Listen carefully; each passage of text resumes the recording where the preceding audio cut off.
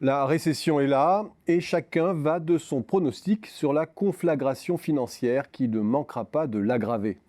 Comme toutes celles qui, tous les 10 ans, sont venues ébranler la planète finance et la trajectoire du cycle d'affaires 1987, 97, 2000, 2007.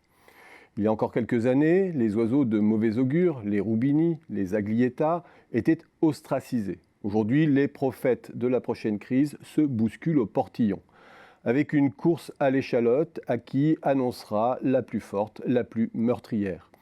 Et des arguments massus en apparence.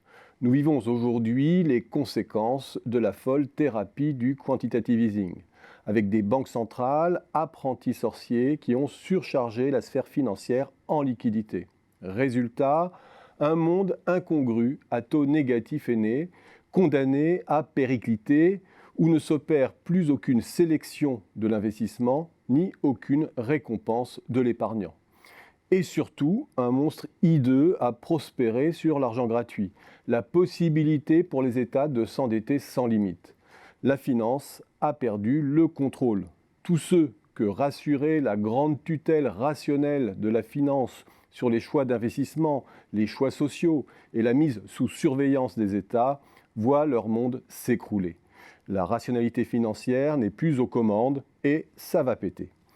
Aussi étonnant que cela puisse paraître, l'argumentation est bien courte. Le monde développé, a déjà lésé sur de longues périodes les épargnants, sans que cela ne soit préjudiciable à la croissance, à l'emploi ou à l'investissement.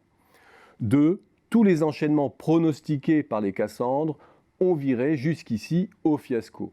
Où est la fameuse inflation sur laquelle devait se fracasser le quantitative easing, la brutale remontée des taux qui devait précipiter la perte des États endettés? Au contraire, la récession devrait encore approfondir toutes les tendances déflationnistes et de décrue des taux.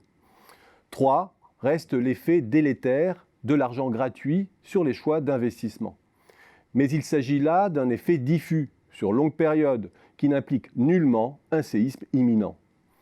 Paradoxalement, les économistes qui historiquement avaient mis en alerte sur l'instabilité systémique du monde financier et anticipé les accidents passés, à l'instar de Robert Shiller, modèrent aujourd'hui la peur d'un Big One. Pour Robert Shiller, le cycle de hausse des prix d'actifs, mobiliers ou immobiliers, n'a pas la même ampleur que celui observé avant 2000 ou 2007. Cette crise nous fera chuter de moins haut. Et on n'observe pas non plus de bulle de crédit équivalente au précédent cycle. Il y aura une récession, une correction des prix d'actifs, certes, mais rien de comparable à 2007-2008. Interrogeons-nous alors sur l'anatomie de la prochaine crise, les enchaînements qui la sous-tendraient plutôt que de lancer des cris d'orfraie face au dérèglement de nos repères. Ni hausse des taux, ni inflation en vue. L'étincelle ne viendra pas de là.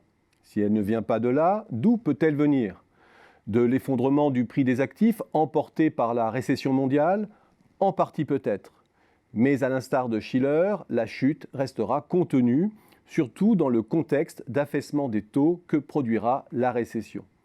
Et une chute des prix d'actifs n'a pas forcément des effets systémiques, ce sont massivement les ménages qui, in fine, subissent les pertes, bien plus que les gestionnaires de fonds. Cela produit des effets de richesse négatifs qui aggravent une récession, mais cela reste de deuxième ordre. Le capital investissement risque aussi de boire la tasse, mais il en est coutumier, sans conséquences systémiques sur le reste du système financier.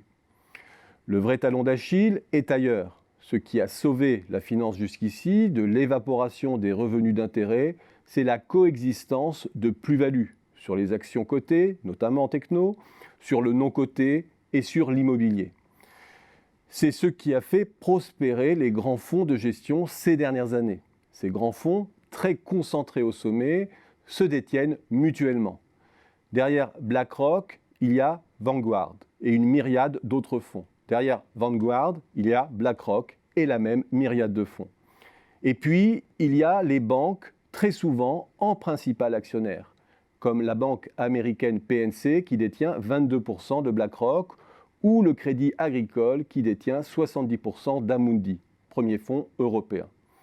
Et cette source de revenus a joué un rôle décisif dans le maintien à flot du système bancaire.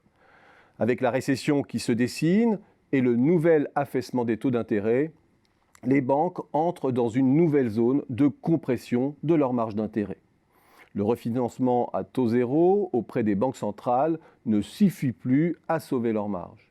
Et la dépréciation des actifs va mettre à mal la fair value des grands fonds avec les normes IFRS. Ce n'est donc plus là-dessus que vont se récupérer les banques. Dans une sphère où chacun détient chacun, où le risque systémique est donc maximal, là, oui, ça peut craquer.